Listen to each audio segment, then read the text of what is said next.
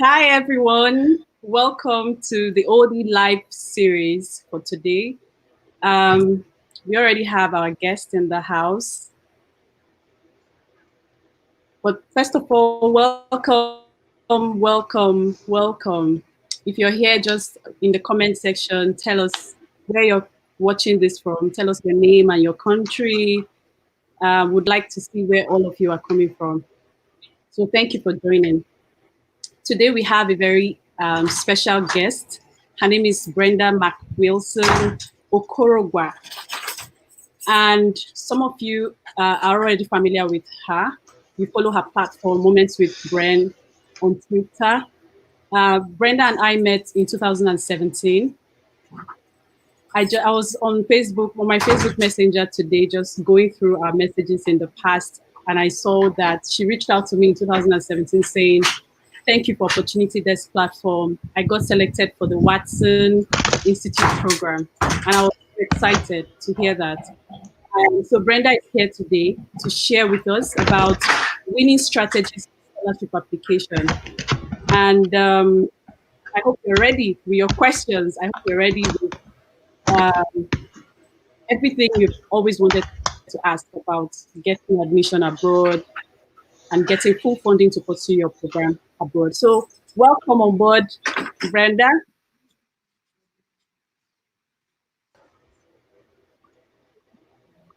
Okay, so good afternoon, everyone. It's afternoon over where I am in the city of Ottawa.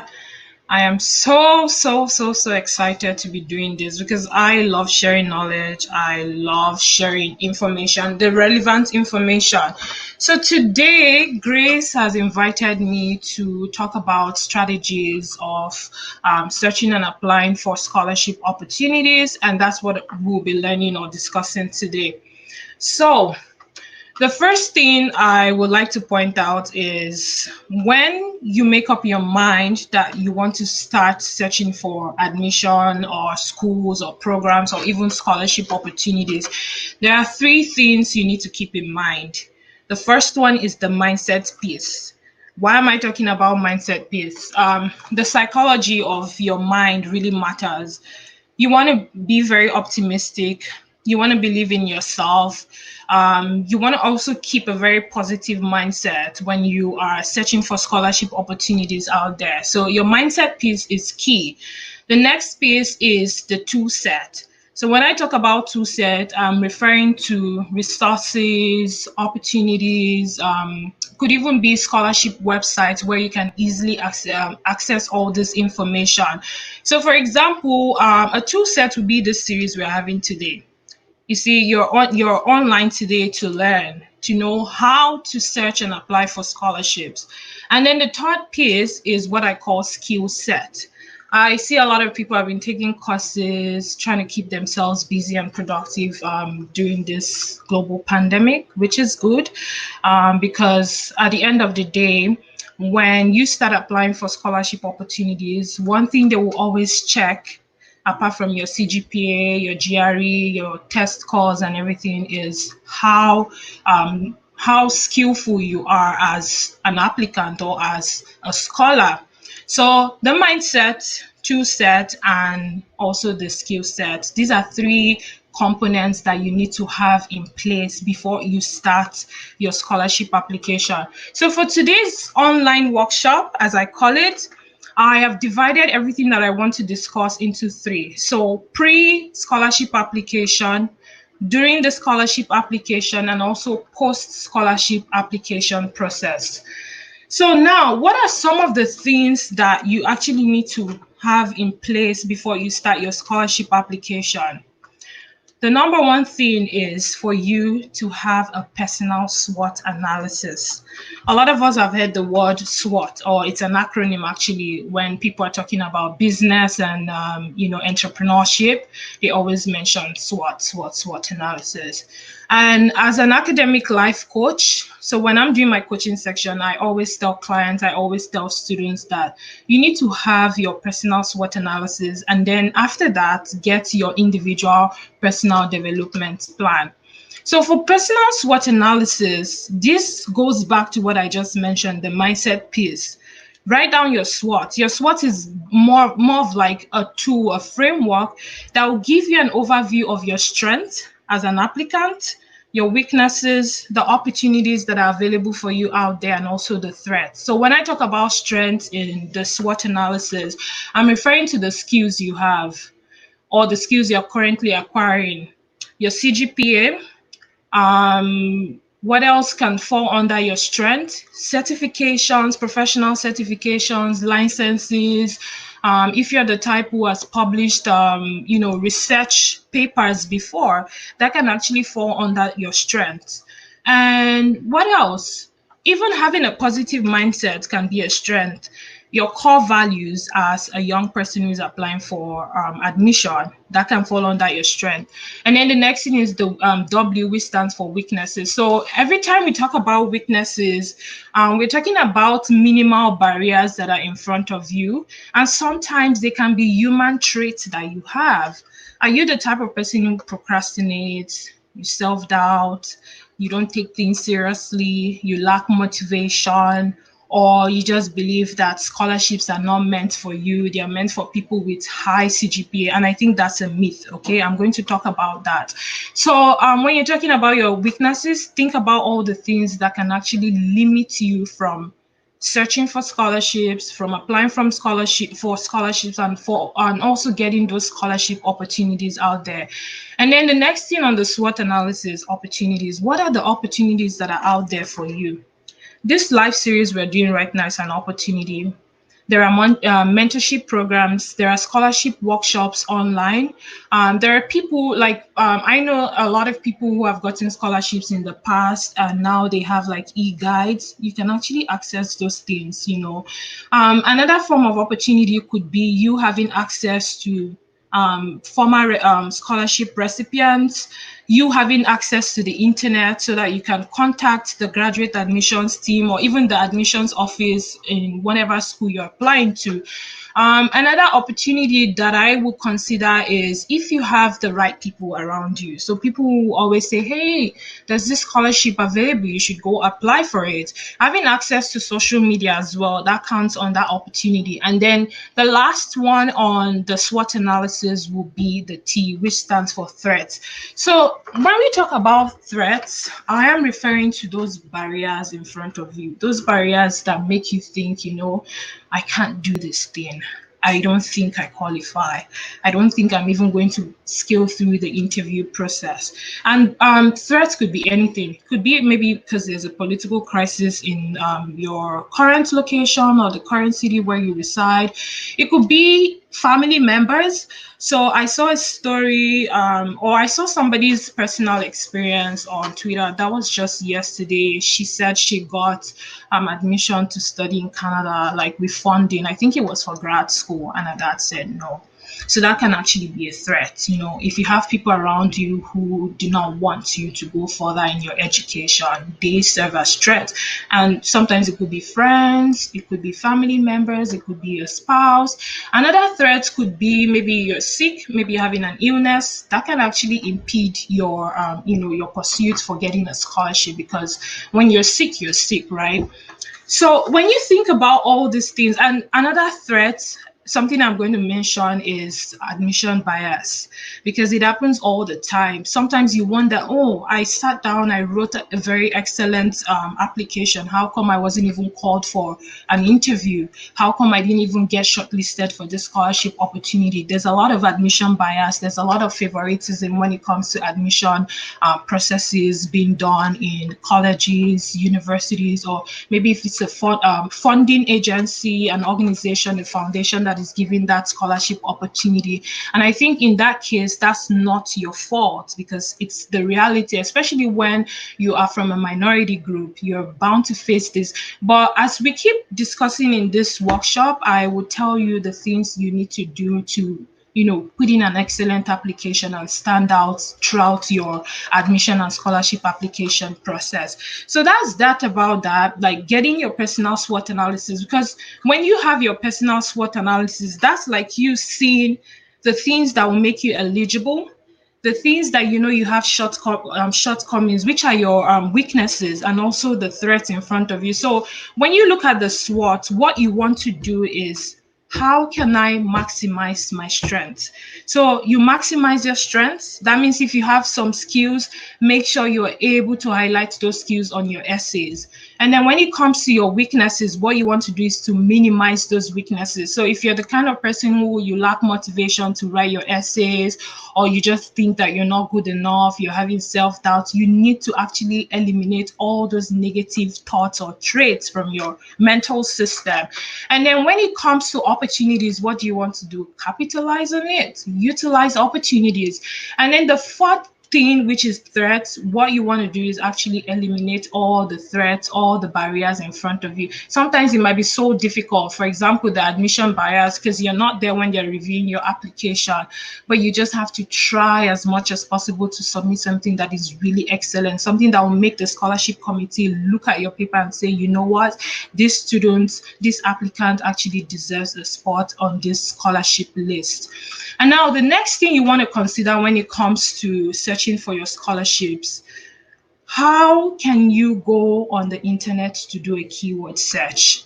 Now, you already have your SWOT, and you also have your personal development plan, because when you're done with your SWOT, the next thing you will also want to work on is a personal development plan.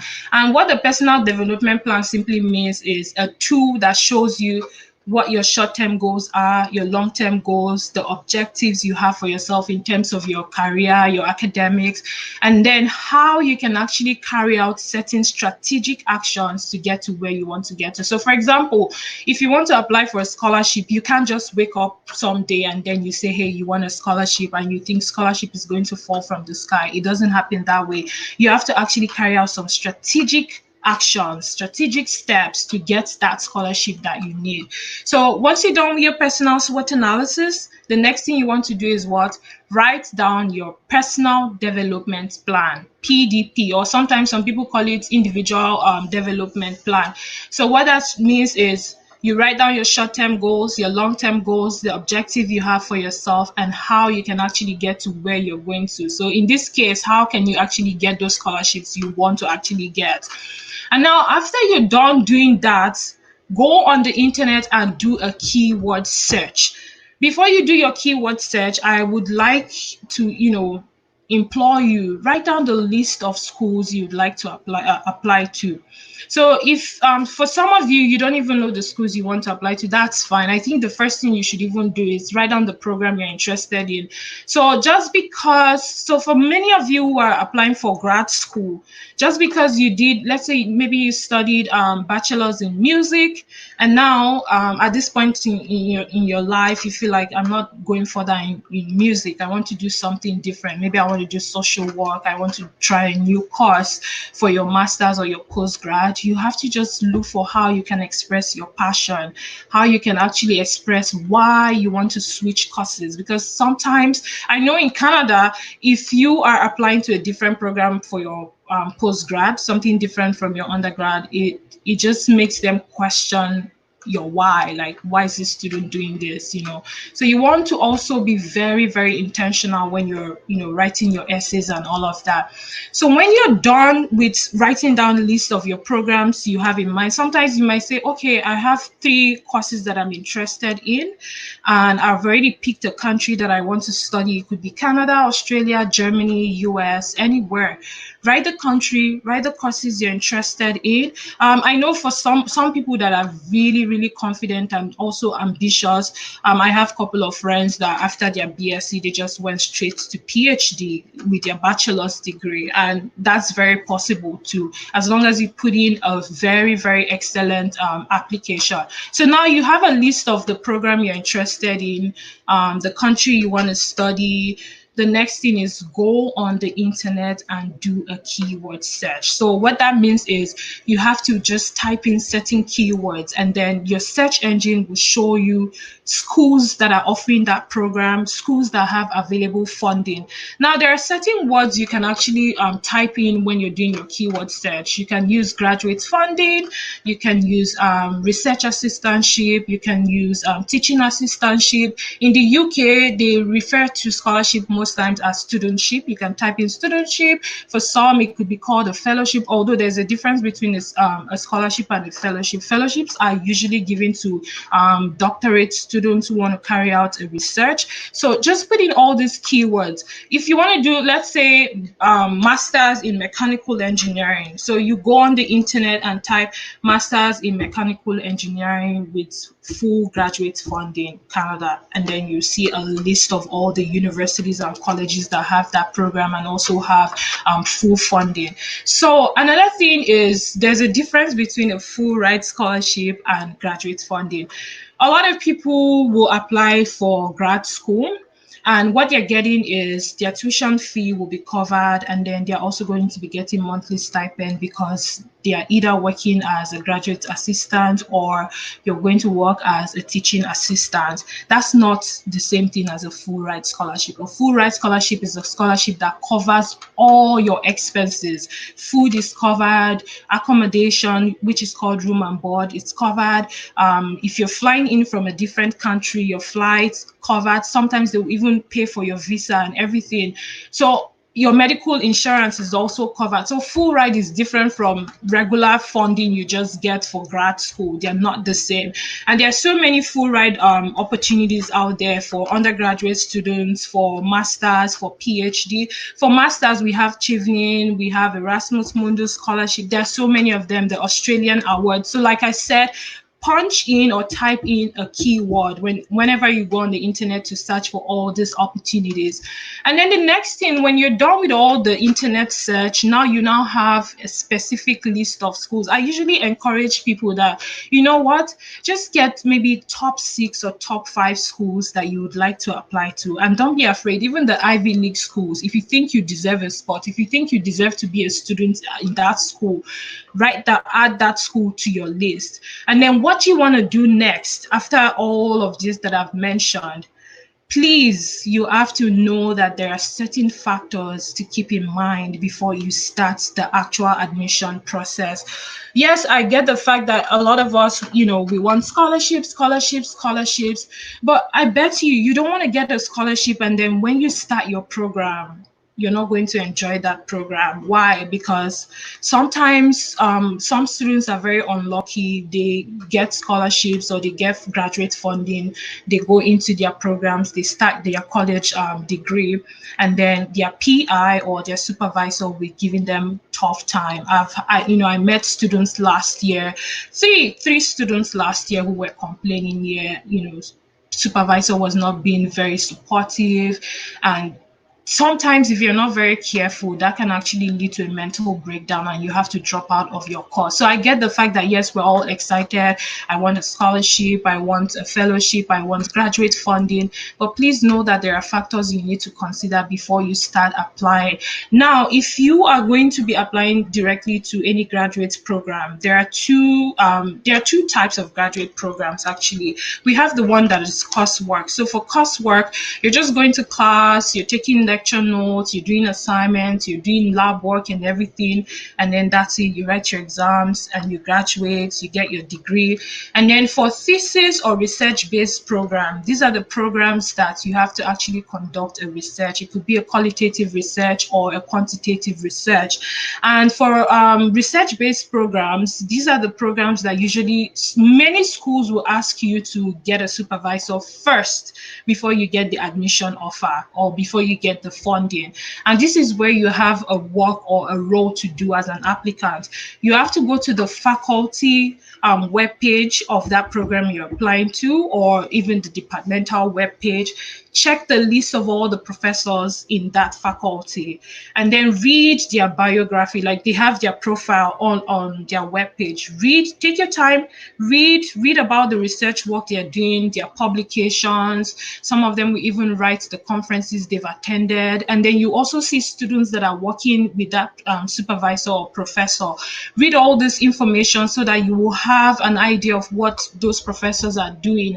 And if any of them has something that you're interested in, maybe they're running a research that you're actually interested in, why not send them a cold email? So that cold email is like the first email you send to a professor for the first time. So you reach out to them.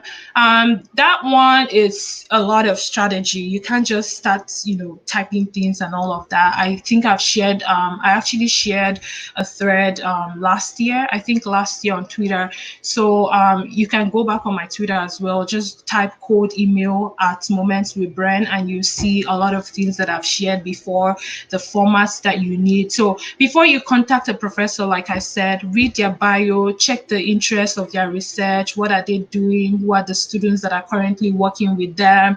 Are you interested in the research work that the professor is currently doing? Is this something that you think you're very passionate about, that when you get into that program, you're very, very passionate, you're excited about the program, you're not going to drop out? If your answer is a yes, then you can reach out to the professor. And when you're reaching out to the professor, let the professor know that you've read their work online, you're very, very, very interested in the work they're doing, and then you sell yourself to, like, tell the professor or the supervisor what your own interests are, or if you have interest or just one single research interest, let the professor know.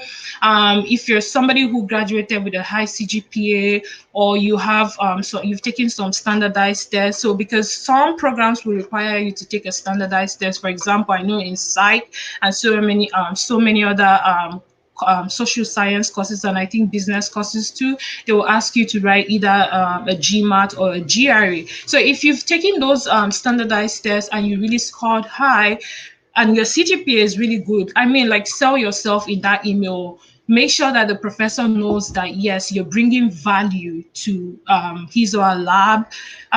You're actually coming there, you're not just coming there as a student. You're actually coming there as somebody who has research skills, or you have research potential. And then give the professor time to get back to you, because many of them are very, very busy. You might not get a response, and that can be so, so annoying. If you don't get a response, I guess after 24 to 48 hours, try to send a follow-up. There's power in follow-up, and I think that's where a lot of us make mistakes. We don't do follow-up. Like, when we send emails and people don't respond, we need to understand that people are very busy in their individual lives. So if you don't get a response, please do a follow-up. There's power in follow-up. And also utilize Twitter. So when you're doing that search for school and you're also looking for professors, I know a client that I worked with last year, he actually found his supervisor on Twitter. You can use Twitter, you can use LinkedIn. They are actually there. Professors, I see them all the time. They're tweeting all the opportunities in their lab, telling you that, you know what, there's this ongoing grant, or there's this open position right now, and then you apply. All you have to do is be polite, reach out to them, let the professor know that you saw his tweet or you saw his post on LinkedIn, and you're very, very interested in that research. And if there are already requirements that you need to meet up with, do the right thing. And definitely, you never know, you can get selected just using social media. And then after you're done with that, there are other factors you need to consider. So when you're applying for scholarships or you're applying for admission, there's so many things you want to ask yourself. Is this university or this college going to provide me a very friendly learning environment where I can meet other people, where I can actually grow, where I can thrive? Because you don't want to apply to a college or university where when you get there, it's more of like suffocation. You're just going to suffocate because, one, you cannot even relate with the curriculum, you don't like the coursework, you don't even like the research, things are not just going fine the way you thought things will go. So think about all these things. Are there growth opportunities in that school? Are there other financial aid opportunities for you in that school? So I'm going to mention this before it skips my mind. When you're talking about scholarships, a lot of people just think about scholarship as just that single funding you get once and that's it. No, the goal is you want to get scholarships, go to school, get a degree. But while you're getting that degree in school, you want to actually build an exceptional student life experience. You also don't want to be cash strapped at any point in time. And this is why I said consider the factors before you start applying to any school for scholarships or admission. Ask yourself, when I actually become a scholar in this school, are there opportunities for me to still keep getting money, maybe bursaries, research grants, on-campus awards? Like when I did my undergraduate degree, there were so many scholarships and bursaries. And this one is where you also have to play your own role, because nobody is going to bring these opportunities to you. You have to go out there and search for it. So for some schools, they have all these opportunities on their notice boards. Always check the things. When you see papers and flyers, read. Some of them are scholarship opportunities, maybe $1,000, $2,000, $5,000, $10,000. Some of them are bursaries.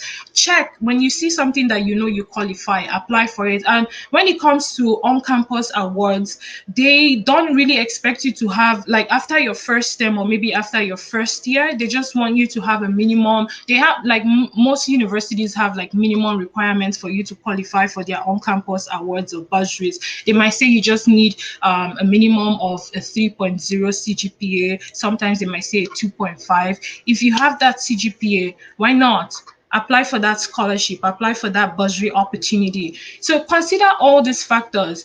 Do they have work study program on campus? Because one of the most depressing thing that have realized as a student and even working with people is, after getting the scholarships, you start your program, you want to actually work so you can actually get work experience. There are no there are no job opportunities for you on campus. That city where you are is quite discriminatory. You can't get a job, you can't work, you can't build experience while you're going to school. I'm really sure that you do not want to apply for that kind of opportunity, no matter how exciting that scholarship seems. You don't want to do that. For me, I'm not going to apply for a scholarship to any country where I know there's no opportunity for me to grow, there's no opportunity for me to thrive, especially when it comes to gathering work experience. I'm definitely not going to be doing that. So think about it. Language barrier is another factor you need to also consider. Are you applying for a scholarship in a country or in a city where when you get there you have to start struggling? I'm not saying learning a new language is bad. Obviously it's an extra advantage to you, but if it's going to be a very difficult task for you to start learning a second language in a country where, like, that's just the first time you're arriving there or even visiting that place, that can actually weigh you down as a student, because that's one of the things people always complain about. They got scholarships, they traveled overseas, yet they cannot work. And then sometimes after you graduate, although this depends on whatever the funder of that scholarship says, some of them will expect you to return back to your home country and make a change, but some of them, they don't really care as long as they've given you opportunity to actually get a degree to study.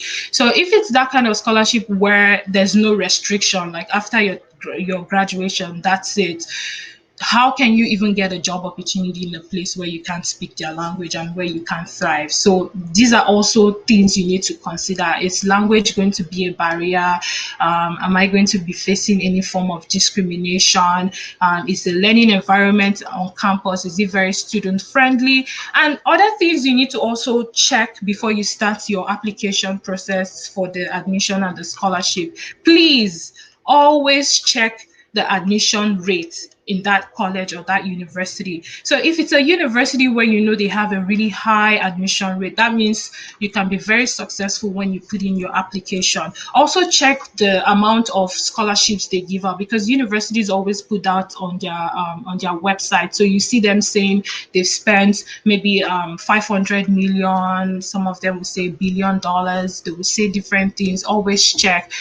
They're always putting all those figures online, and these are things you want to check before you start your application.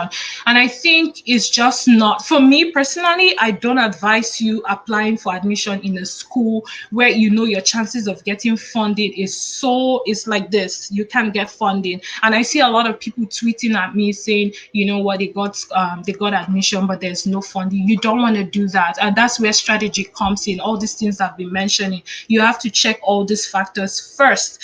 tick your boxes when you know that, oh, okay, this school is actually offering my course. This school gives a lot of scholarship or a lot of financial aid to students. This school actually has everything that I'm looking for. There's work study opportunity on campus, the labs, the learning environment, everywhere is just very friendly and I want to be there. Then you'd go ahead and submit your application. But if you're just putting in application without having all this plan before that, you end up being among those people who are getting admission without funding. And I mean, if there's no funding, how are you going to go to school? And we know education, especially post-secondary education, is so expensive. So please write down all these factors. Make sure you're checking for the admission rates. You're checking for the amount of financial aid that they offer to students. You're checking who that supervisor is. So another thing is, when it comes to searching for supervisors or your PI, if you want to actually know them apart from what you've read on their profile on the website, or even their LinkedIn, their Twitter, there's a platform called ratemyprofessor.com. I think that's it.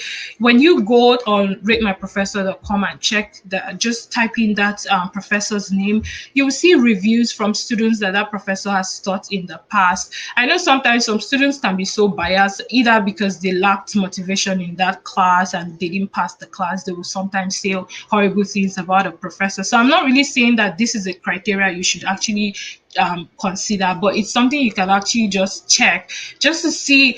I mean, like, if maybe out of 20 reviews on that professor, like 18 people are saying negative things, that means that professor is the kind of person who cannot maintain a professor-student relationship that is healthy or respectful. So you want to avoid people like that. People will stress you, and there are people like that. Actually, I'm not trying to say that all professors or all supervisors and PIs are like that. There are so many amazing people who have created opportunities for students, opened doors of favors for students. But you just have to know that human beings are different, right? You don't just want to go into a program where you're going to be stressed and you've not even completed your 2 years of your graduate school. The next thing you're already saying is you want to drop out, you're tired, mental breakdown and all of that. So think about all these things before you start your application process.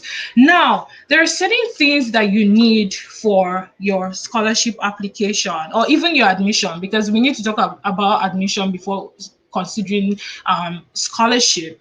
So now, there are documents that universities usually ask apart from your CGPA.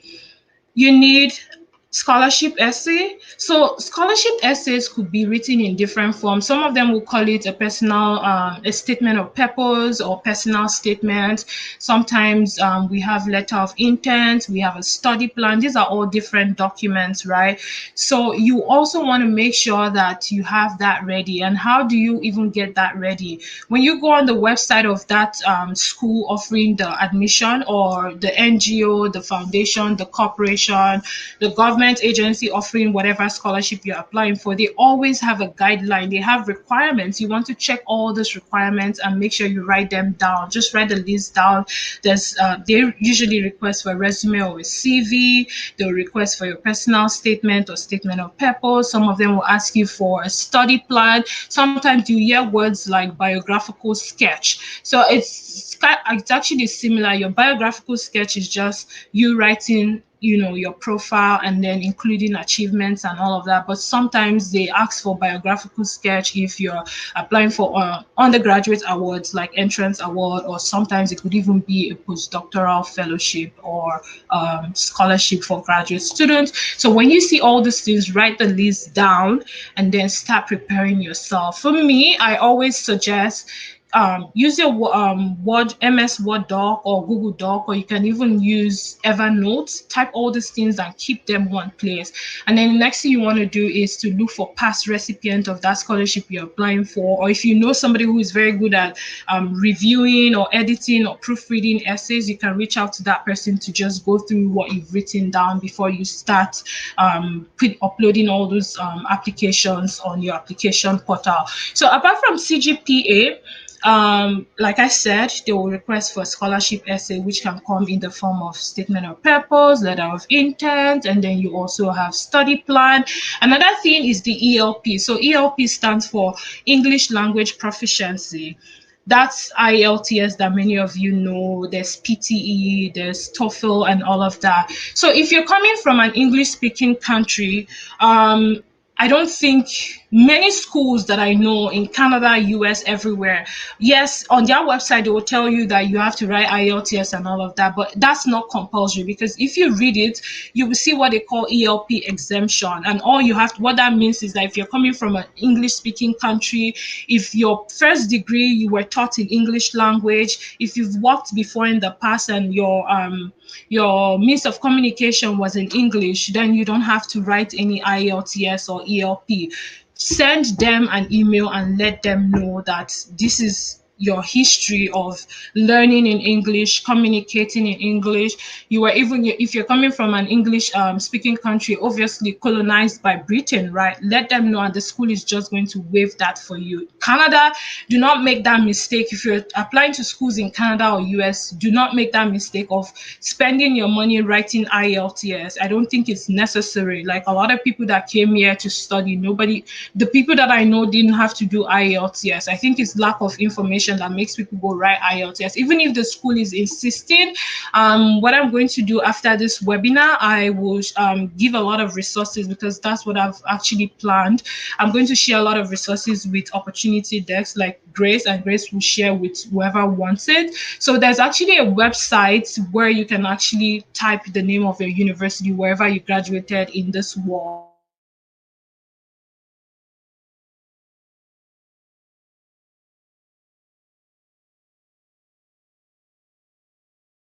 Your program was actually taught in English, and you will not be submitting the IELTS or ELP.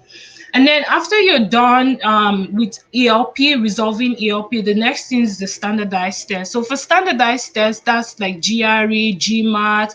For those of you who want to go to law school, some schools will ask you for LSAT. I know like in Canada, they call it LSAT.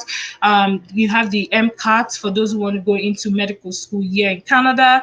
And I think in the UK, it's called the UK CAT. I wrote UK CAT in 2011, but I ended up not studying medicine. So this standardized test, let me just tell you something. For those of you who your first degree, maybe you had a third class, or maybe you had a 2-2. I always say second. Maybe you have a 2-2. If that's your case, that doesn't mean you cannot get admission or you cannot get a scholarship. I know people that have gotten admission with a third class. One of my clients did. So with that third class or second class lower, I guess that's how it's called. All you have to do is, now that I have a grade that is not up to the requirements for this scholarship or this admission, what can I do to complement what I have?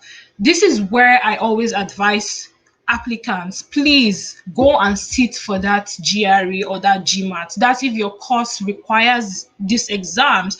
Write these exams, study very hard, make sure you score a really high, like get a really high score or grade on this standardized test, because that's going to give you an extra advantage over that CGPA you graduated with in your first degree. So if you get a high score in your GRE or your Gmat, and then you now write a very excellent SOP, which is your statement of purpose, your resume is very good. If you're applying for a thesis program, sometimes they will ask you, some courses will ask you to write a research proposal.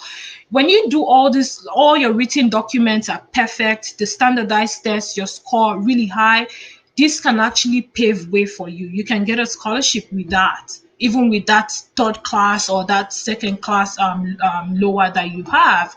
And then when you're done with, the standardized test, resolving the ELP, the language proficiency test, your resume is perfect. Just find somebody to help you edit your resume. Make sure that there are no grammatical errors. Everything is perfect, and keep it, like I would suggest, keep it one page. Just write a minimalist resume. When all these things are perfectly written, they're perfectly done, then you can reclaim your confidence to start your application process. And like I did mention, read the information on the internet. read the information. That's the number one thing you need to do. Sit down, read all the information that they've provided on that website or that web page offering that scholarship. You want to read everything, so that you do not make mistakes. That's what you want to do. Take your time, read thoroughly, read everything written on that website. And again, let me say something. When it comes to writing your essays, you have to be very careful. I know a lot of you will write on your resume how you're detail oriented and all of that. And then on that website, it's saying that you should write an essay of 500 words. And then you're writing 505, 510, 525. You're just telling the admission committee that you don't pay attention, you don't listen, and you don't want that, because that's going to be a red flag. Because some of this admission committee or scholarship committee, they sit down and actually go through your application thoroughly. So if you're saying 500 words for an essay, keep it at 500. Don't write too much. If they say 1,000, 1,500, sometimes they say characters, just do the conversion, like 1,000 characters, how many words? Write. If they say 1,500 words, 2,000 words, right? Now, when it comes to your application piece or your application itself on your documents, especially your essays, your statement of purpose, letter of intent, and all of that, there are also components you need to keep in mind. And I think this is where you utilizing your skills. So recently I've been tweeting that it's not just about you taking online courses.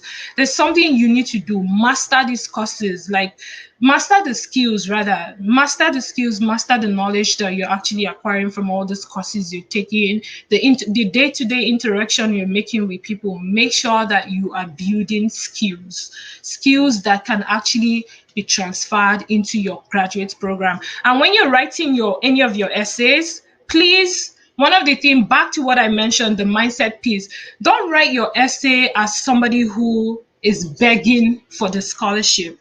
Write your essay with someone that has a mentality of a value creator and a value distributor. Because trust me, if that professor is reading that cold email you sent, or the scholarship committee is reading your application, they are checking out for values. What are the core values this person has? What are some of the traits that this person has? Are you the type of person who is dynamic? Because when somebody reads your paper, they can actually tell a lot about your personality. They can tell a lot about the values that you have, and even your skills. Are you dynamic? Are you the kind of person who likes to take initiative? Do you have leadership skills? Do you have effective communication skills? Are you very good at networking with people? You want to sell yourself on all your written documents. So like in business, we always say unique selling points, unique value proposition. So when you're writing any of your essays, write like, what is your USP? What is your unique selling point? What is that thing that makes you unique from other applicants who are also submitting applications for that same scholarship opportunity? Are you bringing in your leadership skills in a very unique way that when you get into that program or when you become a scholar, like the university will feel your presence? They want to see that. They just don't want somebody who is, you're just writing your essays using overgeneralizations, cliches, vague expressions. You're not even showing enthusiasm. You're not showing passion. They're not going to give you that scholarship opportunity. But when you're writing that essay and you're just pouring it out, like you're expressing yourself, you're highlighting your achievements. So I will mention something again.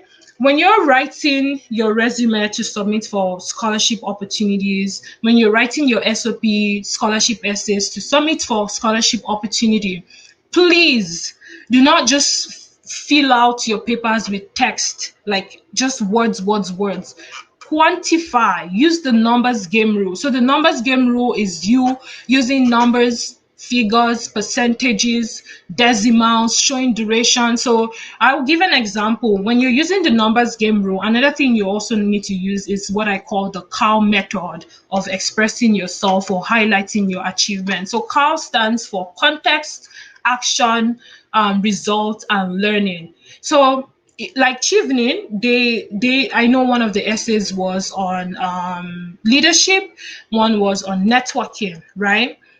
Now, how do you sell yourself when you're writing your essay? you utilize the Cowell method and also the numbers game rule. So some of you are volunteering currently, you're working right now, you're managing blogs, social media pages and all of that. Even in your community, in your religious center, some of you work as ushers and all of that. Highlight it. The context, like where exactly did you utilize that skill? Was there a problem that you try to solve? Was there a barrier you try to minimize? Was there something you try to even create or manage? And then the people that you worked with in that situation or that setting, quantify them. So if you volunteered and you trained, let's say 20 people, write it down that during a youth development program at Redeemed Christian Church, I trained 40 volunteers. And and then the learning process, what did you learn? What did you learn from that experience when you utilized that leadership skill? Did it make you realize how to better build interpersonal relationship with other people? Did it make you to realize the importance of patience? So you want to show them that no, it's not just about having leadership skills or effective communication, but there were also learning processes that happened, and you gain more skills or more values, or you discovered more of yourself. So always quantify. If you worked in maybe wherever you're working right now, you're the one doing XYZ, you go to work, you're working as an administrative assistant in a non-profit organization, quantify. If you have to type documents every week, write that, like you type administrative documents every week, collating a database or a list of 500 donors. Just quantify everything. Quantify your achievements. If you achieved anything in the past, it could be from your previous degree, your first degree. Did you graduate? Did you win awards? Did something happen? Were you a team lead in school? Were you a student representative or student president in your student union? Always write these things down. Like, you have to go there and sell yourself on your paper. So use the numbers game rule for everything. If you worked with people, how many people did you work with? If you trained volunteers or managed a project. So if you managed the project, what was that project? You could say, I managed 3 projects within 8 months that led to an increase in $1 million revenue. Always quantify everything you're writing on that your essay and also on your resume, because they want to see somebody. When you quantify your achievements on your written document for your scholarship, what you're actually, the message you're sending to the scholarship committee is, hey, I'm an applicant that can bring value to your organization or to your academic institution. And I'm not just goal oriented, I am also process focused. And this is where your PI or your supervisor is also going to be looking at your application. Like I said, for research programs, you will definitely need to look for a supervisor and all of that. You want to show him, hey, if I actually come into your lab as a student, I'm not just going to be a lazy student. I have what it takes. I have the research skills. I have the enthusiasm. I have the passion, the drive, the motivation to start something, do that thing, and then achieve results. That's what you want to show to that professor, so that he or she can look at your your application and say, you know what, I think Brenda needs to be in my lab, and that's it. And then you get that offer. But if you're just writing your essay, just too generic, text, no numbers, you're not highlighting your achievements, then it doesn't work that way. So remember to use the numbers game rule and use Cowell method to sell yourself. You want to show them that you have value. You're not just a regular student applicant begging for a scholarship. You know that scholarship will actually make you accomplish your set goals, your academic goals.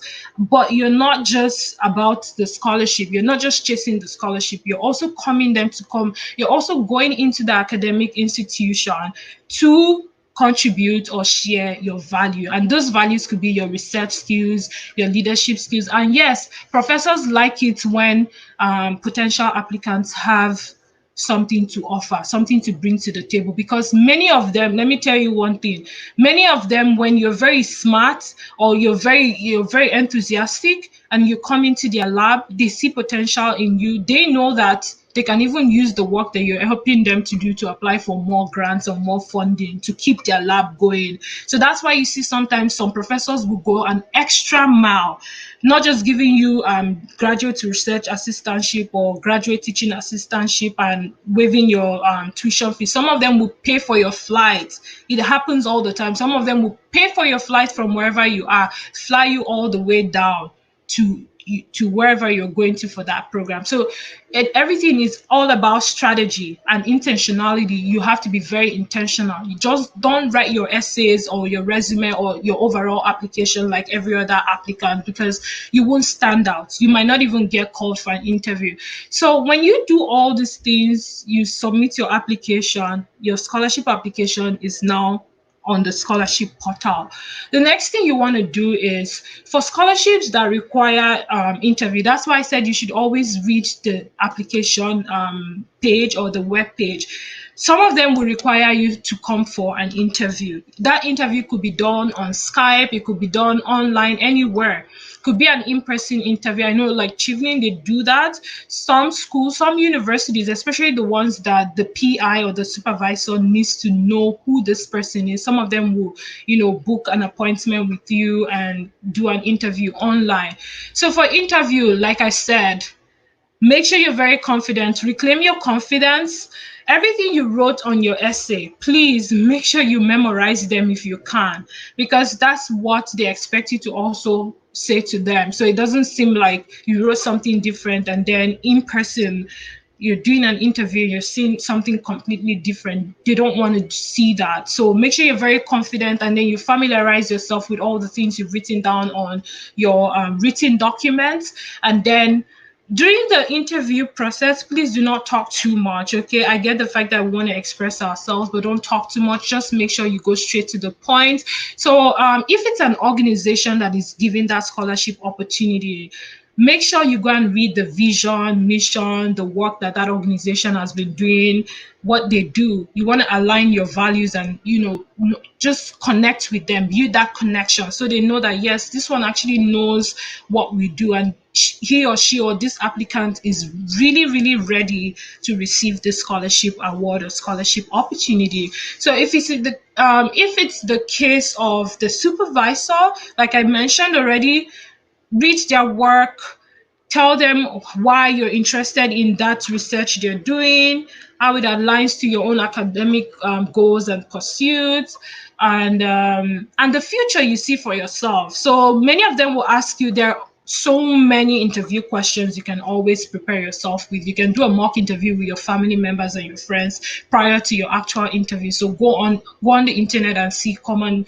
scholarship interview. So when they ask you, tell me more about yourself, know that that's the time for you to sell yourself. Tell them what makes you who you are. What is your why? What makes you unique? What are your achievements? What are your skills? What are you bringing to this lab? What are you bringing to this academic institution, this learning environment? If we make you a scholar, are you going to be an ambassador of our organization, of our university? So you want to also make sure you align all your answers. You want to make sure you tailor all your answers and your responses to what that organization, foundation, corporation, or university is doing. So go back, read their mission, their vision, the services they're offering and everything, and then get yourself really prepared. For interview, you have to dress appropriately, okay? You have to be very professional. Try as much as possible to avoid clutch words like, we do it, we do that. I do it too. But like try during your mock interview, make sure you're getting somebody, the mock interview is with somebody who is very honest and the person will correct you when you're using too much of clutch words like, because when you're doing that, it just shows that you're not even confident in yourself. So you want to avoid that at all costs.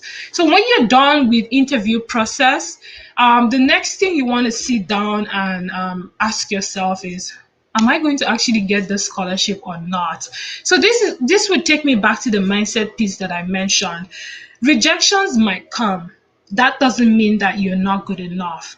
that rejection email doesn't mean that you don't know anything or you were not smart enough. Just understand that for every opportunity you apply for, there are thousands of people struggling for that spot. So it might be that that year was just not your year, and then maybe next year you will get it. So the Nigerian guy who got the Nigerian guy actually got Kofi Annan scholarship. That's like a prestigious MBA scholarship, and I think they only give it to one or two persons. And that man got that scholarship with a third class. I think the friend shared it on the internet last year. He got that after struggling and trying to make things work for 8 years, if I'm not mistaken. And he got that. He ended up getting the Kofi Annan award.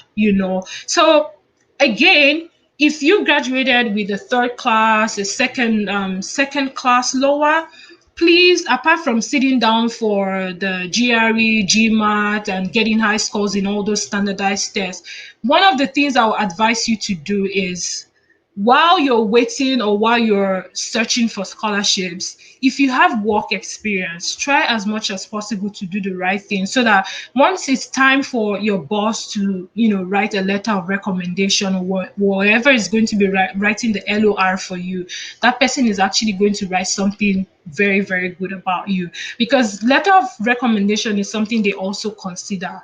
I know people that complained to me this year that they didn't get called or invited for the Chevening Award interview, because the referees did not submit letter of recommendation. Why? For some scholarships, for some of you, make sure people that are writing your letter of recommendation are people that actually know you. Because I've heard of stories where you reach out to a professor, a lecturer in your school, and then the lecturer would delay and not do anything. Some of them are so lazy, they will even ask you to go and write a letter by yourself. Or if it's a situation where they expect your letter of recommendation to be sent directly to the school and your referee doesn't do that, that means while you're struggling to get your application done, you might have even uploaded all your essays and everything, thinking that that person has done his or her own part, and then you find out that nothing happened. It has happened to me before, so that's what I'm sharing. So you always have to be very careful. The people you're reaching out to write letter of reference or letter of recommendation for you, make sure these are people that are kind. Make sure that these are people that actually know you and they are willing to see you succeed. Because some people, even if they're your bosses, they're whatever, you reach out to them. Some might agree that, yes, I'm going to do this for you, but they will never send that letter. They will never upload that letter or do the right thing. And that's going to actually affect your scholarship application process. So you also have to be very deliberate. Like, who are you reaching out to write your LOR for you? Who is writing that reference letter, that recommendation letter for you? Think about all these things, from the resume to the standardized test to the ELP to the letter of recommendation, the interview itself. Think about all these things. Intentionality, strategy. Just don't give it out to anyone. Even when you're when you're doing the review on your essay, make sure you're giving it to somebody who's going to tell you that, you know what, Brenda, I don't think this paragraph makes sense. Like, you need to take it out. You need to edit. You need to do this. You need to do that. Don't give it to friends who are just going to peruse and like, okay, I think it's okay. It's good. And then when you submit that essay, you're not getting called for interview, you're not getting selected for that scholarship. So everything is about strategy, strategy, strategy. Now back to the myth I was talking about. A lot of you will say, or that's what you hear all the time. They will tell you, oh, that you cannot get admission with a third class, not to even talk about a scholarship. I am not trying to give you false hope. I am talking as somebody who has worked with students, and I have a record of $5.1 million, all the scholarships and tuition fee waivers and everything that I've helped students to secure. I am telling you today that even with those low grades, there are actually pathways you can take to get the admission and then finally secure funding for yourself. So in the case of third class, that can be very, very tricky. So what you want to do if you have a third class, there are options. It's either you focus on getting work experience. Why am I emphasizing on work experience, or even volunteer experience that are professional?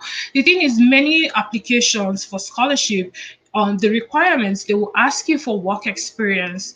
I know like MBA, some MBAs will ask you for that. Some social science courses will ask you for that. So just imagine when you don't have anything to show. That's not going to be a good, it's not going to help you at all. So with a third class, try to get work experience, try to get volunteer experience if you can, something very professional, or even if it's not professional, at least something that you can highlight on your resume and your essay. Remember what I said, use the numbers game rule and the Cowell method. So work experience is really good for you to get. Another thing is volunteer experience and community service. These are very, very good ways you can actually earn graduate funding or scholarships or bursaries for yourself. And let me just say this before I forget. Now, a lot of you worry that, oh, I might not qualify for a full ride, or I might not qualify for graduate funding. So I have this admission. What am I going to do? Please, there's power in negotiation. So I had a Nigerian guy last year. He got funding, but the funding was not enough. So I'm like, you know what? You better go meet that professor. Write an email and say these are your situations right now in terms of financial barrier. You have what it takes. Because for them to even give you partial funding, they saw something in you, right? They saw somebody that, yes, this person deserves an opportunity. And I told him there's power in negotiation. So negotiation is not just about your salary. Know how to negotiate for more percentages when it comes to your scholarship amount. He did that and he got extra funding. So you can always do it. And sometimes people who utilize negotiation in terms of their scholarships, when you get, let's say you get two, three, four, let me say 2 or 3 scholarship awards, and some of them, they like, all scholarships are different dollar value. So maybe the third scholarship you got, that school is actually the best school, like your choice, but the funding they gave you is small. All you have to do is reach out to either the professor in charge if you're doing a research program, or the graduate admissions team, and tell them you have offers. You can even show them that you have offers. And trust me, it has worked for a lot of people. That's why I'm saying this. It might not work for you, but I feel like being bold and reclaiming your confidence, and also using the power of negotiation, can change the entire game for you. So don't be afraid to ask for more.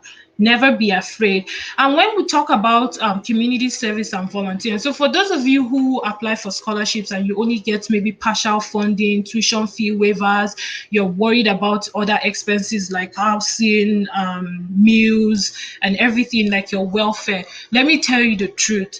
When you go, it's not going to be easy though, like for the first time as a student in a foreign country. But when you get to school, there are so many on-campus awards and also external awards. External awards are awards that you get outside of the school. So it could be coming from a foundation, a corporation, a business. It could be coming from a donor, because many of the universities that you're seeing, their money doesn't fall from the sky. Alumni give them money. Sometimes they get money from the government.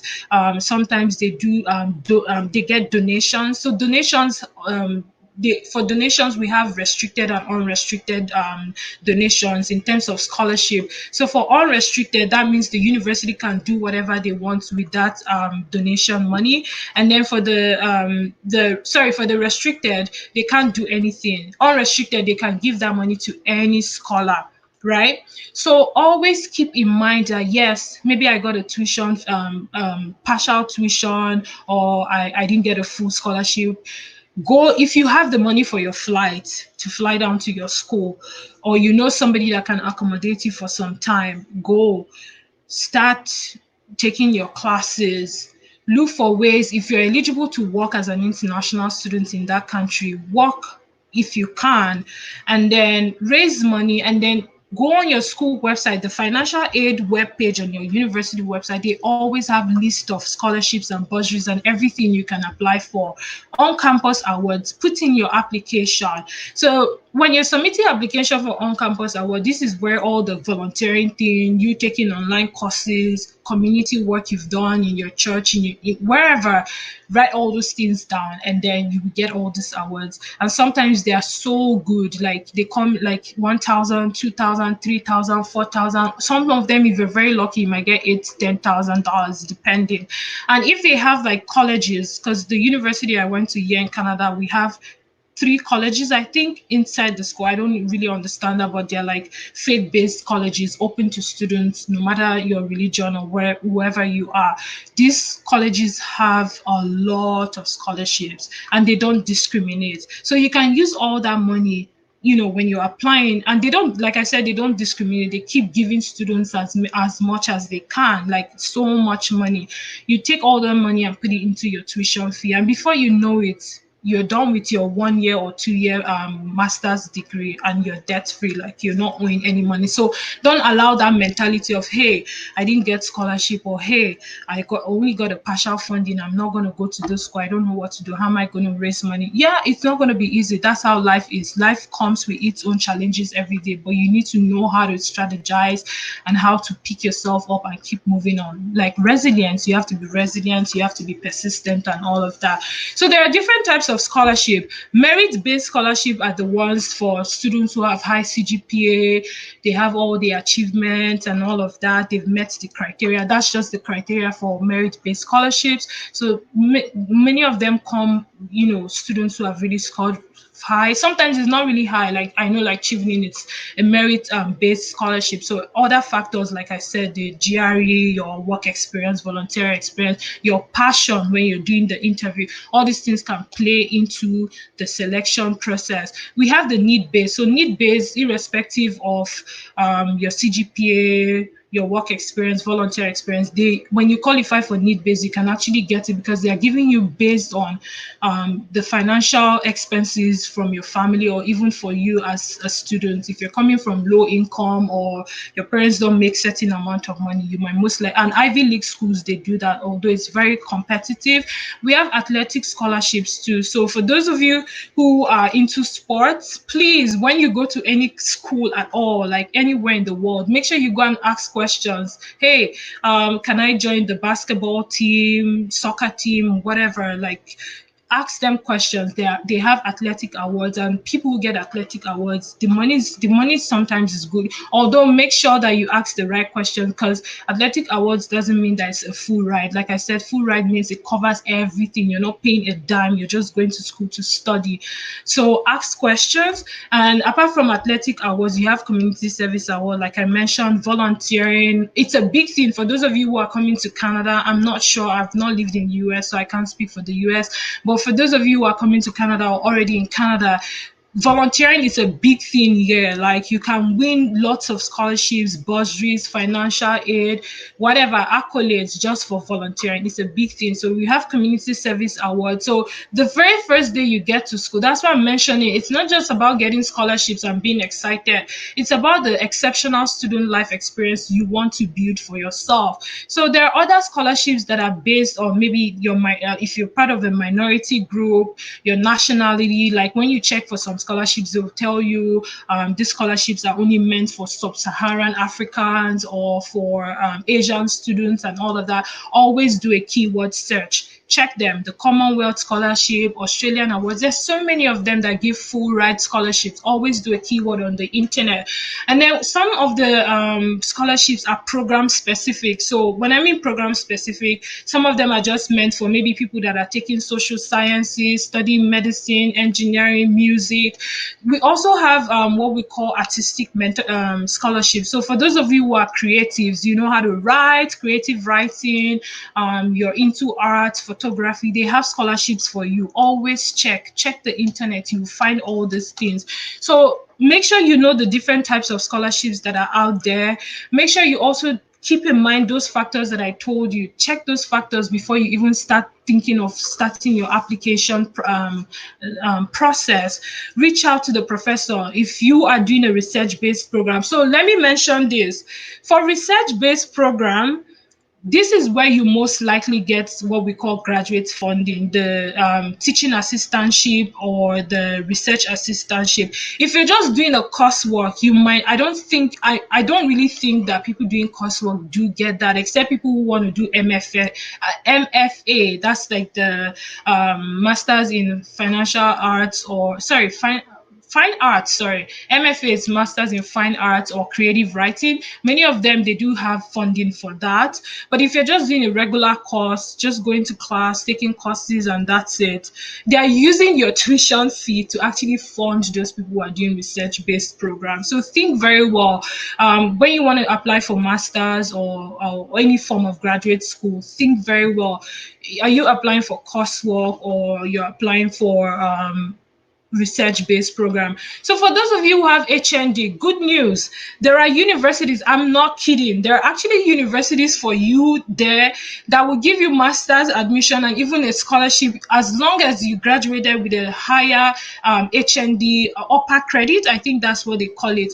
Not in Canada, but in the US and other countries in Europe. I have a list for that. There are actually scholarships for you. There are admissions for you. So don't think that because you have HND, you don't qualify for all these things. No, you do. You just have to be very strategic. And that strategy starts from your mindset. So don't ever have that limiting belief that, hey, I don't qualify for this because I have this degree and all of that. It's not true. There are people who have gone straight into master's degree with HND and they are being funded. And some of them, immediately they spend just 1 year in their masters, they're switching to PhD. It happens. So you just always have to believe in yourself. Keep all these things in mind. Strategy is key. Like, don't just go on the internet and every scholarship you see, you just start applying. It doesn't work that way. You have to ask yourself, do I really want this scholarship? Is this something that will even make me, thrive as a student? Not the one that after you graduate from the program, you're just tired of school and then you're like, you're not going to school anymore. So strategy is key.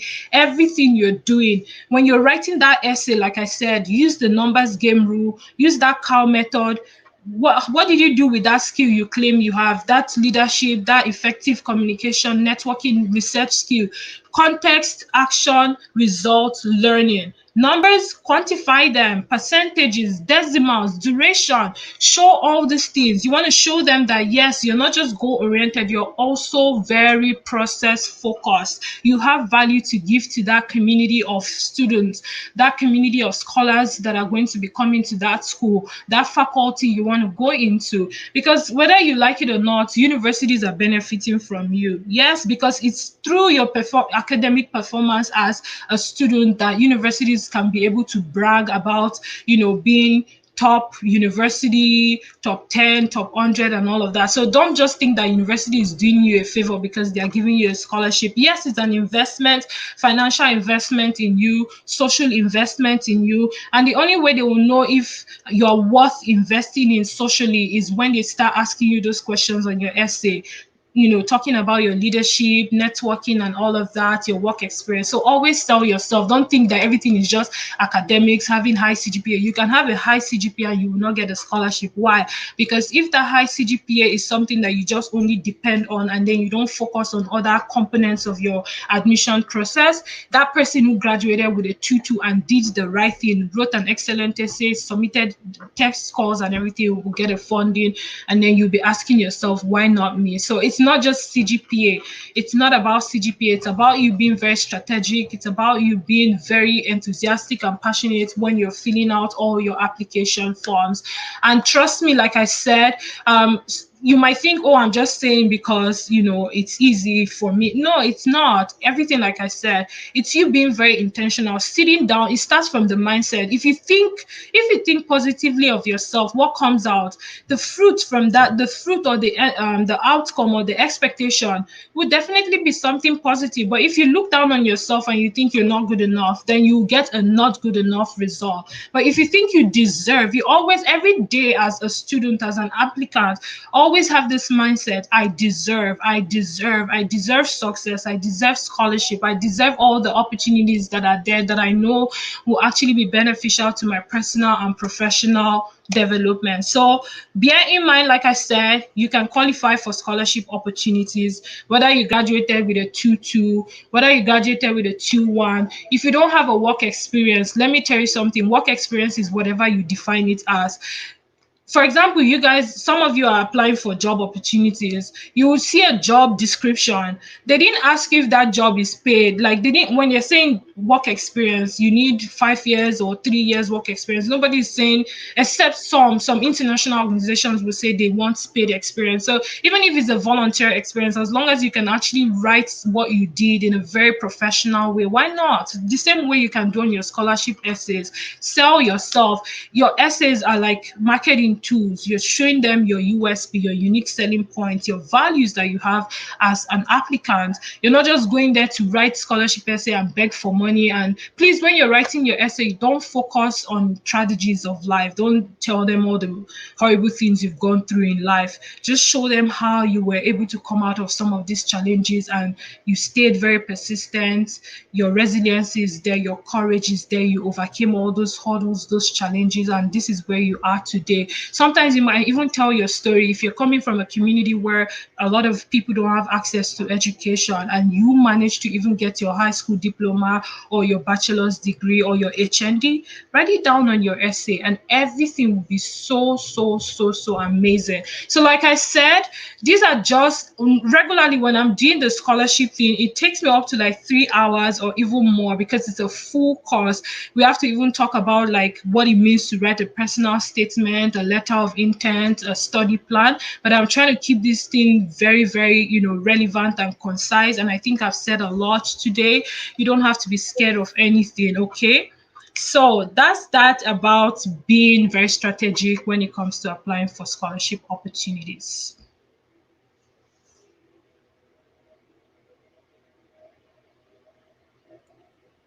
Wow. Brenda, you are such a star. Thank you so much for giving yourself deeply into this. Like, I feel like you poured out every single thing that you know about this thing. This, for me, was a classic masterclass. Thank you again, Brenda. Thank you So for having me. we've gone past the time, but I couldn't stop you. So now we'll take a few questions, say 1 or 2 minutes.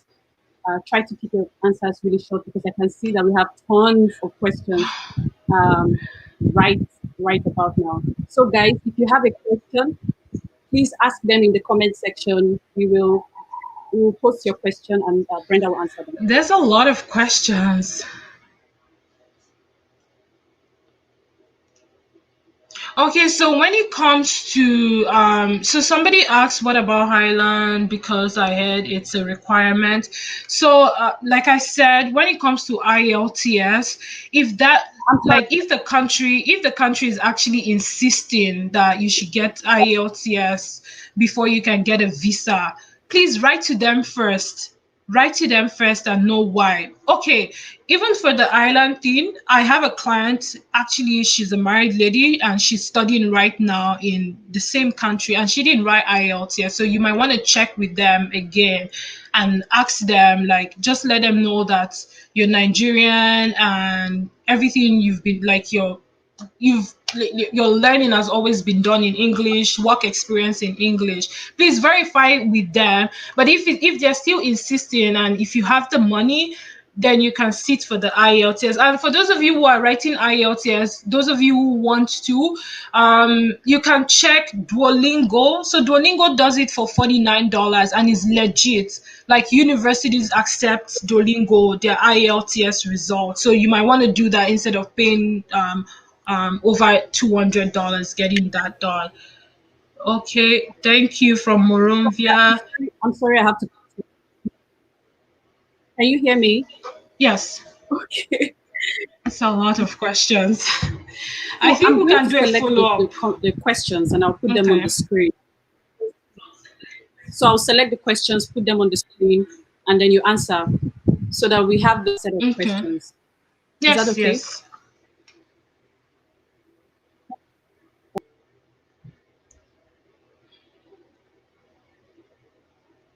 Oh, this one says, thank you very much, Bren. I have a question.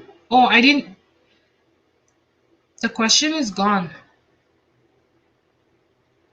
Hi, Grace. Okay, I think I lost that question. Um, Somebody said, okay, when writing an essay, either statement or purpose, is it advisable to add links? Oh yes, that's a very good question. So if you have, maybe if you've written a blog or you've done something, it could even be a video of you. Let's say you were volunteering, you were facilitating a workshop. I mean, anything that is going to be an extra advantage on your essay, you can. Because I know, like, when I'm applying for opportunities and they don't even, like, whether they ask or not, I put in links of, where I've been mentioned before online, links to my videos where I facilitated workshops. So yes, you can. And even when you're writing your statement of purpose, so one of the thing is, or any essay at all, so let's say you're talking about your passion, what you're passionate about, the course you selected, or something that happened that led to you choosing that course, and then you want to back it up with statistics and data from the internet. It could be maybe on economic crisis in your home country or something, or maybe a health problem. If you have data on the internet, like there's statistics report, just copy the link and also add it on your essay. Yeah, you can do that. Yes, you can. Next, what's the next question? I have a third class first degree with 7 years work experience, but I've been applying for the Joint Japan Ward for about 5 years now, but find it difficult to get through. So for a scholarship opportunity like that, I think if they are really, really on, getting, they are really on people who have high CGPA, because some of these international scholarship or fellowships, they are so, I don't know why, like we keep talking about we keep talking about being inclusive and all of that, but the biases are still there. There's a lot of classism. I am, as somebody who's educating for access to quality education for everyone, while I get the fact that yes, not everyone has the same, learning situations, not everybody has the same grasping capacity. I don't think the way standardized tests are written in schools, like the way they grade CGPAs and all of that, I think it's too classist. But if that's the case in your situation where you think your CGPA is still a barrier despite your work experience, to be honest, what I'm going to tell you today, and you've done it 5 times, please look out for other fellowships. There are other fellowships that are there that are even way better than that one. Look out for those opportunities and try explore new opportunities rather than just keep applying and applying and applying for a specific opportunity over and over again, and then you're not getting it. Just focus, channel that energy into something brand new, a new opportunity that pays you more than the one you're trying to get into. So never give up, okay? If you're on Twitter, the person who asked that question, if you're on Twitter, please tweet at me so that I can send you a list of professional fellowships you can try. And I don't mind giving you a free service to review your application. Hi, Brent. Thanks for all you do. What if you haven't been involved in any research apart from your master's and you want to apply for a PhD? How do you sell that? You've been working in various organizations, but now you want to make a career shift. So that's a very good question. If you've done your master's, obviously for you to even have a master's thesis, that means you actually did a research. So I mentioned it that research work doesn't have to be quantitative. It could be a qualitative research. Maybe you did surveys, questionnaires, community outreach, and all of that. Sell yourself, like I mentioned. Use the Cowell method. How did you get to that master's project you did? What exactly did you do to arrive at that project you did in your master's degree? So use the Cowell method. Write the context of how you carried out how you even took all those courses, how you worked with other students in class. And then if it's something that you don't really have a research proposal, I think one of the things you should do, I mean, like, PhD is always a research program, right? You definitely want to have a research idea. So before you apply for any PhD program, please sit down and ask yourself, why am I applying for this program? There's always a why. And then think about possible research ideas you can actually come up with, so that when you're sending your cold email to that professor knows that, yes, this student is ready, this person already has some ideas. And then you can sell that on your essay. You can actually highlight that, like, these are your career interests, or these are your research interests at this point in time, and what you want to do. And I think you do fine. I mean, some people who go into master's program, some of them never did research in their bachelor's degree, and yet some of them were successful to even get into master's and then switch direct entry into PhD. So think about research ideas, please. How may I get to know the recent research a professor? So I mentioned that already. Sunday, I mentioned that you have to go on the web page. So if you go on the website of any school or college you're applying to, let's say you want to apply to engineering. So when you click on, they have the courses. They usually have it on the website: undergraduate courses, graduate courses. So when you click on graduate courses, let's say you want to study engineering, you click on engineering, and then you see the different concentrations like mechanical, civil, and all of that. Click on the one you're interested in. When you click on that one, it takes you to the web page of that specific course, and then start reading all the features they have on the web page. You'll find a place where they say academic supervisors or faculty. They call them faculty members. You will see it on the website. Then you see profiles of each professor. Start clicking. When you click, you see whatever that person is doing. Sometimes when you click on their profile, it takes you, you see another link that will take you to their own personal page, and then you read about their research work, their publications, the students that are currently working with them. Samuel, hi, Brent. Thank you very much for the session. Really enlightening. Here are my questions. How easy is it to get scholarships that are agricultural related? Explain the exams required for Nigerians. Since you said English-speaking countries do not require all this, a reminder on the website you said you want to share with us, where we can type the institution we graduated. Okay, so for agriculture related scholarships, like I said, everything has to do with you doing a keyword search. If you're interested in agriculture, anything related to agri, go on your internet. If you're using Internet Explorer, Safari, Google Chrome, or Google, I guess, type masters in agriculture science, masters in whatever agric you're interested in, and then put full funding by the side. So masters in agriculture, full graduate funding, Canada. Masters in agriculture, graduate funding, USA. And then you see the list of universities that have that program, and also availability or open positions for graduate students. You will see everything there on the internet. It's not difficult. And then for the IELTS, so what I mentioned, I said that if you're from an English speaking country, universities, all universities you're applying to, they always have requirements for English language proficiency, which is known as ELP. So when you check, that's why I said read information. Some of them clearly state ELP exemption. So exemption means that students who have English as first language do not have to write that IELTS exam. IELTS is basically for people who are not English speaking, because universities don't want to make it so difficult for these students to come here and then they're struggling to learn in English. That's why they say learn English wherever you are, sit for the exam before you come in, because if you don't, they will not even allow you to. I know my university will not even allow you to start your classes. They will make you go take the ESL. I think ESL, yeah, you go and take ESL classes before you start.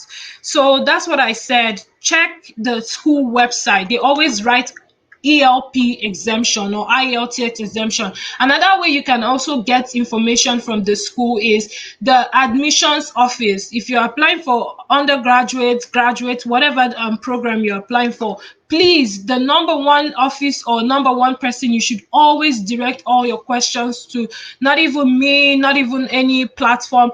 Go straight to the graduate admissions office. They have their information on the website. You will see address, phone number, fax, and then you also see the email. So send them an email and they'll respond. Just let them ask them whatever questions you have, because I know for sure that Canada, some schools are insisting, but you don't have to do that. And I'll send the website that I talked about. Um, what does it mean to write a personal statement? So yes, you when it comes to scholarship applications, not just scholarships, even from the admission itself, some universities expect applicants to write an essay. So that essay is you highlighting who you are. So it's more of like who you are, why you want to take that course, why you're interested in that program, and then you can also highlight some of your achievements. So what your achievement could be, maybe your volunteer work, your actual work experience, if you did a community service. But make sure that you're not just telling stories that are like, don't tell boring stories. You want to also tailor whatever you're writing on your personal statement to fit the program you're trying to apply for, right? And also whatever if the scholarship has some requirements, some of them will tell you that these are the expectations we have, or these are what we're actually looking for in our applicants. We're looking for somebody who is dynamic, somebody who is strategic, somebody who knows how to communicate, or somebody who knows how to actually build effective networks. So read all the things, the expectations that they require from applicants. If you meet those expectations, please sprinkle. I use the word sprinkle. Use it on your essay. Use those words on your essay. Next question. I think I need more clarification on the research based and course based. Does it mean that so yes, to be very candid here, research-based programs are the ones that usually get the graduate funding. So like I said, for graduate funding, we have teaching assistantship and research assistantship. So what that means is that you're coming to school to study, and at the same time, you're going to be working. So it's like a work-study program, right? And teaching assistantship, you will teach and you'll be getting a stipend. Same thing with the research. So for coursework, many coursework programs, they don't get funding. Some of them don't. But you, like I mentioned, please always ask the graduate admissions team, and you will also know if that program you're applying for has funding or not, because like I said, check the web page. Once you click on the website, click on the program you're interested in, it will write, like, it has a summary of everything you need to know about that course. Some of them will even tell you on their website, like they will tell you on that program webpage that there's no funding. Some of them will tell you no funding, that students that are coming for this program have to self-finance. So that means that if that program doesn't have funding, you might struggle to pay your tuition fee from the beginning, right? And then the ones that have graduate funding, they don't hide it. They write it down on the webpage that there's graduate funding. They even write the amount of money you'll be getting as stipend and other things. Is GRE and Gmat necessary for postgraduates in Canada and US? So this question, like I mentioned again, it's like I'm repeating myself. For any program you're applying for, please always read the requirements, because that's where you always, like for me right now, I can't make assumptions, right? So any program you're applying for, always check the webpage. The webpage will show you all the information you need. So requirements are always there. They will write application requirements. If they want you to write a GRE and they say it's actually compulsory, that means you have to write a GRE. If they say you need a GMAT, fine. And then, but if you are the applicant or the student that you don't want to sit down for any of these standardized tests, do you know what? There are actually universities out there that don't require GRE or GMAT for their programs. Check them, look them up on the internet. Again, do a keyword search. masters in business administration, Canada without GRE, or some of them you can even do the US. You will see like the search engine will just show you the search page, sorry, will show you all the universities that are available doing that program or offering that program you're interested in, and they don't require GRE. I also put out a tweet, I think 2018, for some schools that don't require GRE and Gmat for their program. So keyword search, please, and read the website. Hi, Brian. Can one apply for the postgraduate program without a transcript? Nigerian universities are on lockdown and one is not able to get. So the thing is, I think I didn't mention that. So you actually need your transcript, please, when you're applying for admission. But some of them will not, like at the beginning, some of them might not request for that. Some of them will say, submit your application, and then after the first stage of review they'll ask you for your transcript, and that transcript has to be sent to them directly from your university or your college you graduated with. Many of them don't want you to upload a copy by yourself, so always reach out to the graduate admissions team. So if you're going for grad school, please send your inquiries to the graduate admissions team and inquire from them directly. Ask them and explain to them what your situation is, that you already have other documents for your admission or for your application, but right now you don't have your transcripts because there's a lockdown and you can't have access, like schools are closed. They will definitely give you a grace period. And then for some schools in the UK, I know the UK, they do that a lot. You can even apply for admission sometimes without your transcript, and then you might even get an offer. And then when it's time to move on, starting your program, you need to show the school your transcript and all of that. Same thing with Canada. I know Royal, I can't remember the name of the school, but there are actually 3 universities that don't require that. What else? Hello, Bren. Is it possible to gain admission between the month of April 2020 now to? Yes. So usually, yes. So that's a good question, Evelyn. So universities, many universities in the Western world, they usually do admission processing, like, and also the admission itself, resumption is like 3 times in a year.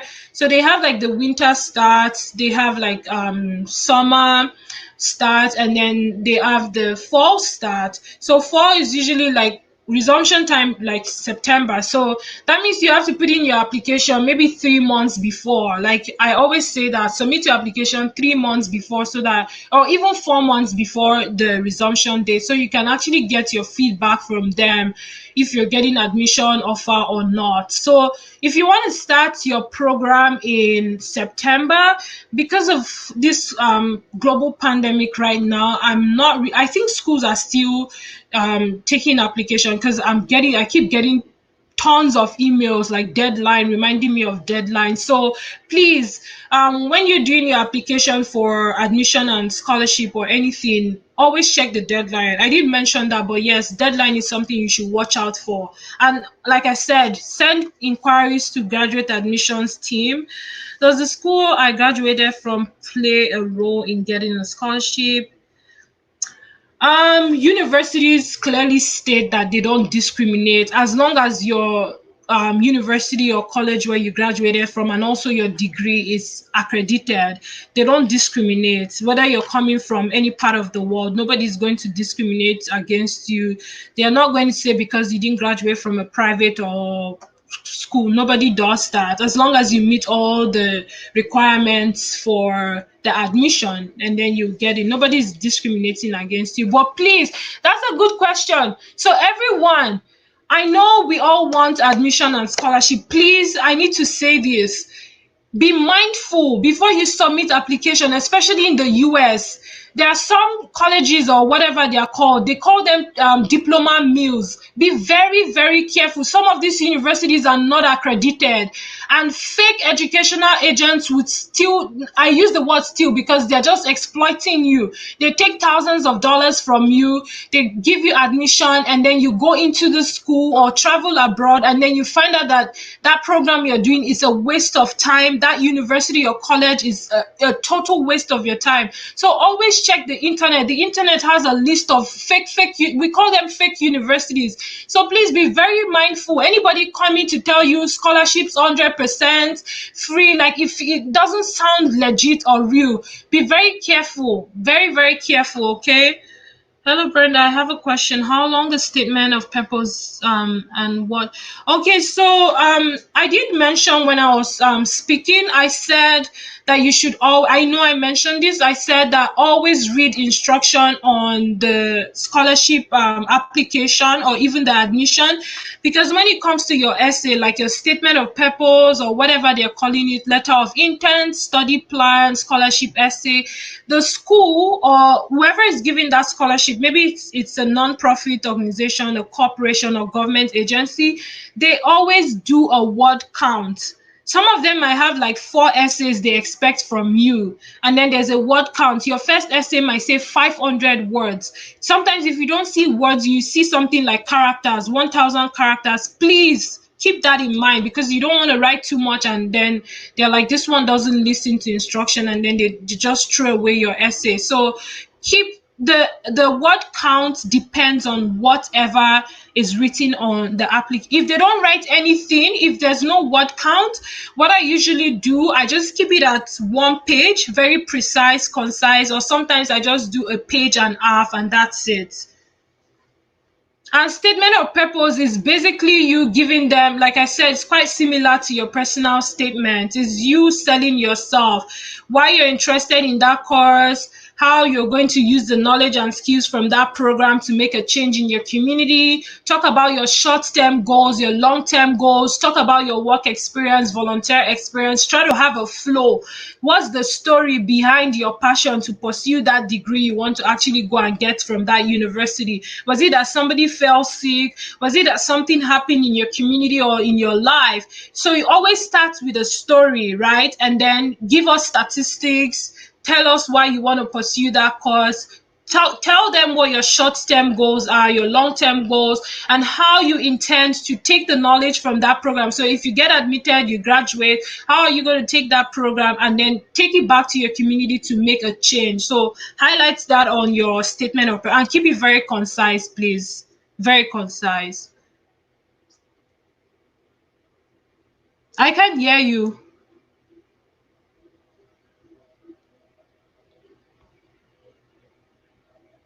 I can't hear you.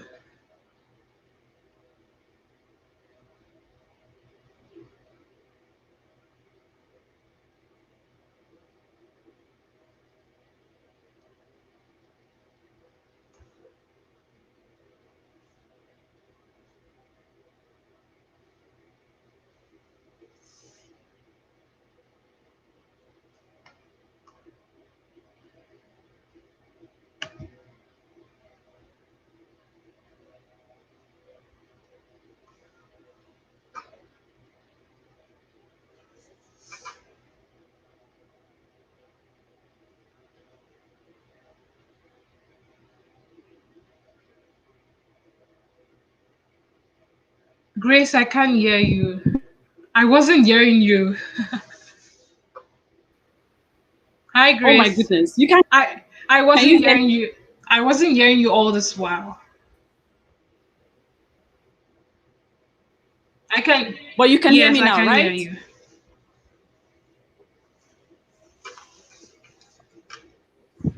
Can you hear me now? Yes, I can.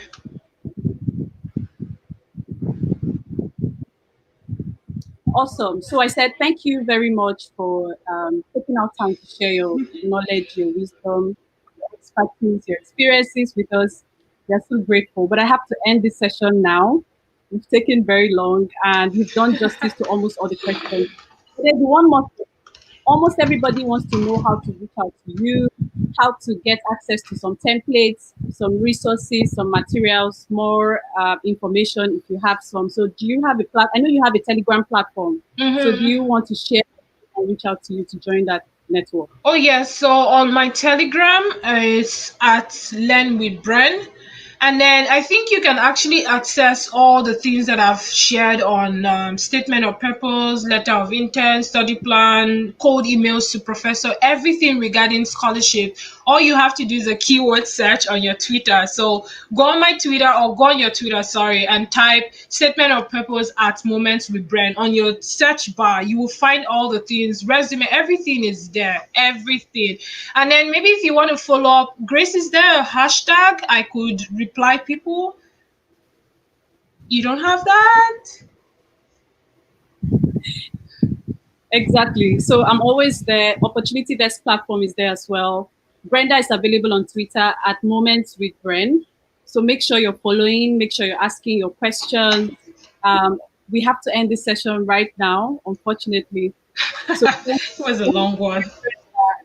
so I have just one more thing for everyone who is watching this. Just one more thing. Have you learned a lot with Brenda today? Or have you learned a lot from Brenda today? If you have, I want you to tell me just in the comment section.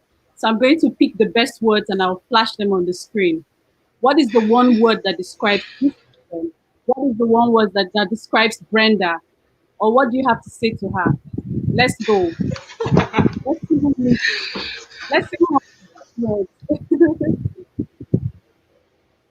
One word that describes this session and that describes Brenda. Can we see your comments? Okay, so Kwaku says, I'm grateful for this. He's grateful. Quite a number of people, this is amazing. Ijoma says, thank you, Brenda, you were awesome. Aww. And many people are saying, awesome, awesome. I guess that's a resonating word. So, Brenda, my word for you is fire. Okay. Oh my. In Nigerian slang, we say bas boss. You know, you were boss. You were just Oh my gosh. grateful that we had the opportunity to Right. have you on this session.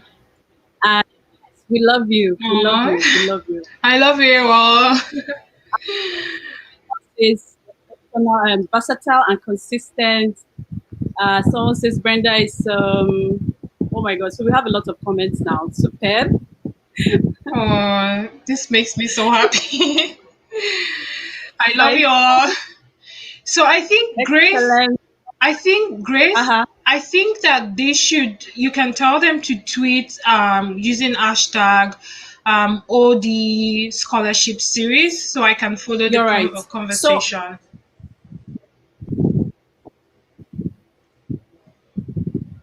So thank you very much, everyone. Now, please go on Twitter and tell us how you feel about this session. Tag Moments with Bren, tag at Opportunity Desk, and tag me at Grace Inheji. I will just flash our Twitter handles right now, right away. So please tweet at us, tell us how you're feeling and how this session was for you. And how is the weather in Canada right now? I haven't stepped outside for like 4 weeks.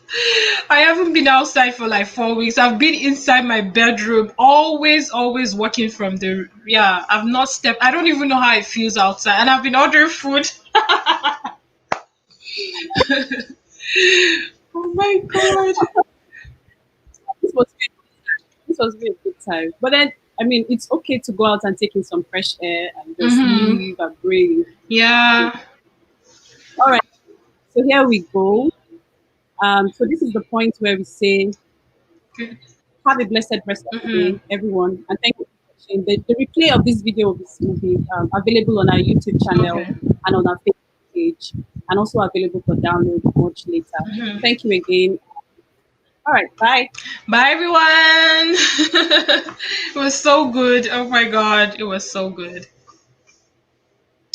Bye, bye, bye.